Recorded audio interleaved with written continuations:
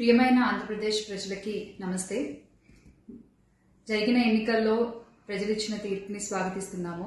ఖచ్చితంగా ఈ క్షేత్ర స్థాయిలో జరిగినటువంటి ఎన్నికల్లో ప్రజలదే అంతిమ తీర్పు. మీ తీర్పుని ఖచ్చితంగా స్వాగతిస్తున్నాం, గౌరవిస్తున్నాను. ముందుగా అఖండ విజయాన్ని మూటగట్టుకున్న కూటమికి ధన్యవాదాలు. పెద్దలు నారా చంద్రబాబు నాయుడు గారికి, అలాగే పవన్ కళ్యాణ్ గారికి, బీజేపీ సభ్యులందరికీ, పురంధరేశ్వరి గారికి, అందరికీ కూడా హార్దిక కృతజ్ఞతలు తెలియజేసుకుంటున్నాము. అలాగే వైసీపీ గెలుపు కోసం కష్టపడ్డ ప్రతి కార్యకర్తకి, ప్రతి ఒక్కళ్ళకి, వైసీపీ కుటుంబం మొత్తానికి కూడా పేరు పేరున ధన్యవాదాలు.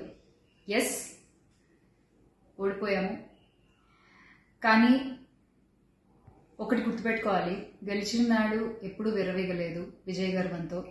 ఓడిపోయిన నాడు ఏనాడు కూడా కుంగిపోలేదు.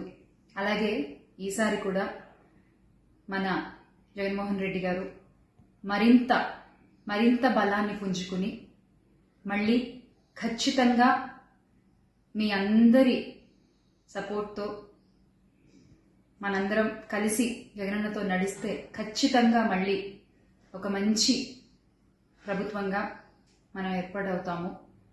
దేవుడిపై నమ్మకం ఉంచి ప్రజలకి మంచి జరగాలని కోరుకుంటూ, ఎస్, ఎప్పటికీ జగనన్నతోనే అందరం కలిసి నడుద్దాము, మంచి చేద్దాం. ఏదైనా ప్రజలకి మంచి జరగడం ముఖ్యం. ఈ 5 ఏళ్లు కూడా ఆంధ్రప్రదేశ్కి ఎంత మంచి జరగాలో అంత మంచి జరగాలని మనస్ఫూర్తిగా కోరుకుంటున్నాను. థ్రెటనింగ్ కాల్స్ గురించి వచ్చేసరికి, ఎస్, చాలా కాల్స్ వస్తున్నాయి, చాలా బెదిరిస్తున్నారు. ఒక రకమైన భయంగానే ఉంది నాకు కూడా. కానీ ఏంటంటే ఒకటే చెప్పాలండి, నేను మీకు ఒకటి నచ్చుతుంది, నాకు ఒకటి నచ్చుతుంది, అలా అని చెప్పి మీకు నచ్చింది నాకు నచ్చిందని చెప్పి మీరు బతకడానికి వీల్లేదు అంటే ఇది చాలా అన్యాయం అన్న, చాలా. సో ప్లీజ్, దయచేసి ఏది కూడా వ్యక్తిగతంగా తీసుకోవద్దు.